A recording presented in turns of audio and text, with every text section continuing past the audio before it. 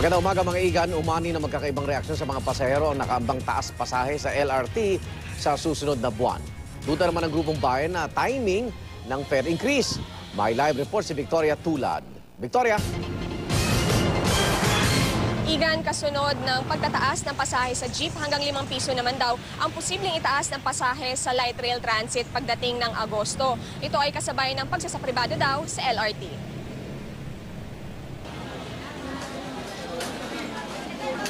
Matagal na raw hinihiling ng Light Rail Transit Authority na maitaas ang pamasahe sa LRT para higit pang mapabuti ang serbisyo nito. Iyon nga lang, hinihintay pa raw kasi ng LRTA na tukuyin ng DOTC ang date of effectivity.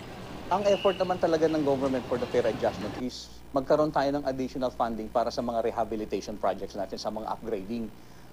Yung kinikita natin ngayon would be just enough doon sa operational at maintenance activities natin. So break even lang tayo. Pero ayon sa grupong bayan, tila matutuloy sa Agosto ang nakaambang na dagdag pasahe oras na simulan ang pagsasapribado sa LRT. Ayon kay Renato Reyes, Secretary General ng Bayan, nakakuha sila ng kopya ng kasunduan sa pagitan ng pamahalaan at ng Ayala Metro Pacific Investments Corporation Consortium. Ang nasabing consortium ang nag-iisang grupo na nagbid para sa pagsasapribado ng LRT. Tinidiyak daw ng kasunduan ang agarang pagtataas ng pamasahe sa LRT. Kapag itong mga private investors pala ay hindi makasingil nung gusto nilang fare, yung mataas na fare, ang mag-aabono dun sa hindi nila masisingil ay ang gobyerno. Ginagarantiyahan ng gobyerno, in effect, yung profits nila. Ang mga tumatangkilik sa LRT, iba-iba ang pananaw sa napapabalitang pagtataas ng pamasahe. Masyadong malaki yun. Katulad daw namin nagkukumot araw-araw, paano naman kami, bawas sa kinikita naman natin. At itong kina yung service, wala problema.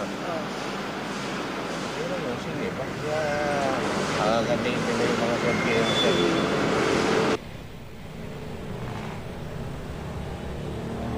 Igan, giit naman ng LRTA, walang kinalaman sa pagsasapribado ng LRT ang napipintong ang pagtaas ng pamasahe dahil matagal na nga itong hinihintay. Samantala, hindi pa naman daw ina-award ang proyekto sa anumang kumpanya. Igan?